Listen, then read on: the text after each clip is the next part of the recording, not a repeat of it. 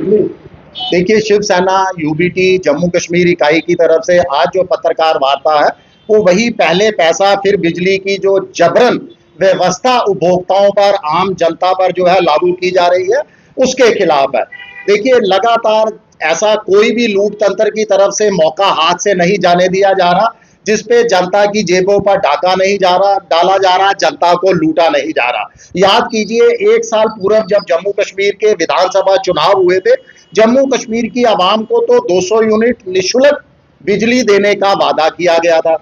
और आज हमारे ऊपर जो है वो अपने वादे से मुकर कर जम्मू कश्मीर की जनता से जो है वो प्रीपेड बिजली व्यवस्था जम्मू कश्मीर की जनता पर जबरन जो है लागू की जा रही है। हमारा मानना है कि इस तरह की व्यवस्था असंवैधानिक है, मनमानी है और तानाशाही रवैया है सरकार का। सबसे पहले तो हमें ये जनता को बिल्कुल नहीं समझ आ रहा कि ये व्यवस्था किसके निर्देशों से लागू की जा रही है। देखिए, उमर सरकार ने तो 200 यूनिट निःशुल्क बिजली देने का वादा किया गया था। हाँ, केंद्र सरकार का एक अधिनियम जरूर है जो 2021 के अंदर केंद्र सरकार ने एक तरफा मनमाना जो है अधिनियम लाकर हमारे 2003 के उपभोक्ता के विकल्प चुनने के अधिकार को पूरी तरह से जो है वो खारिज कर दिया था, और पूरे देश के उपभोक्ताओं पर जो है प्रीपेड और प्रीपेड व्यवस्था के साथ साथ जो है स्मार्ट मीटर जो है वो लागू करना अनिवार्य बना दिया था। अब सबसे बड़ा असमंजस ये है कि इन आदेशों को लेकर नेका सरकार, नेशनल कॉन्फ्रेंस,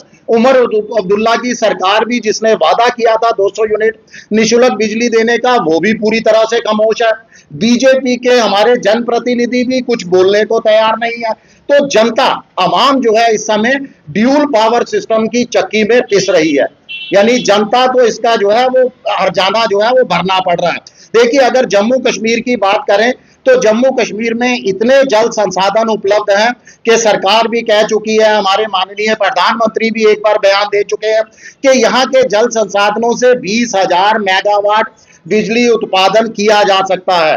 और 16,000 से ज्यादा बिजली उत्पादन को जो है चिन्हित भी कर लिया गया है। अगर मौजूदा उत्पादन आपको बताऊं तो 3500-3600 मेगावाट ऑलरेडी किया जा रहा है, और हाल ही के अंदर आपको मालूम है कि रामबन के सावलकोट के अंदर एक और जो है जल बिजली परियोजना को हरी झंडी दी गई, जिससे 1800-1900 मेगावाट जो है वो बिजली पैदा की जाएगी। और अगर कुल खपत की बात करें तो जम्मू और कश्मीर की खपत जो है वो मात्र 2700 मेगावाट है, पीक आवर्स के अंदर भी, सीजन के अंदर भी, और जिसमें से 1100 जम्मू के हिस्से आती है और 1600 जो है वो मेगावाट कश्मीर के हिस्से चली जाती है। यानी अभी भी मेरा कहने का तात्पर्य है कि अभी भी हमारी खपत से ज्यादा, उत्पादन से ज्यादा जो है वो खपत नहीं है। उसके बावजूद जम्मू कश्मीर की जनता को कभी इलेक्ट्रॉनिक मीटर, कभी स्मार्ट मीटर, कभी प्रीपेड मीटर व्यवस्था के नाम पर जो है वो तंग किया जा रहा है, ठगा जा रहा है, हमारी जेबों पर डाका डाला जा रहा है।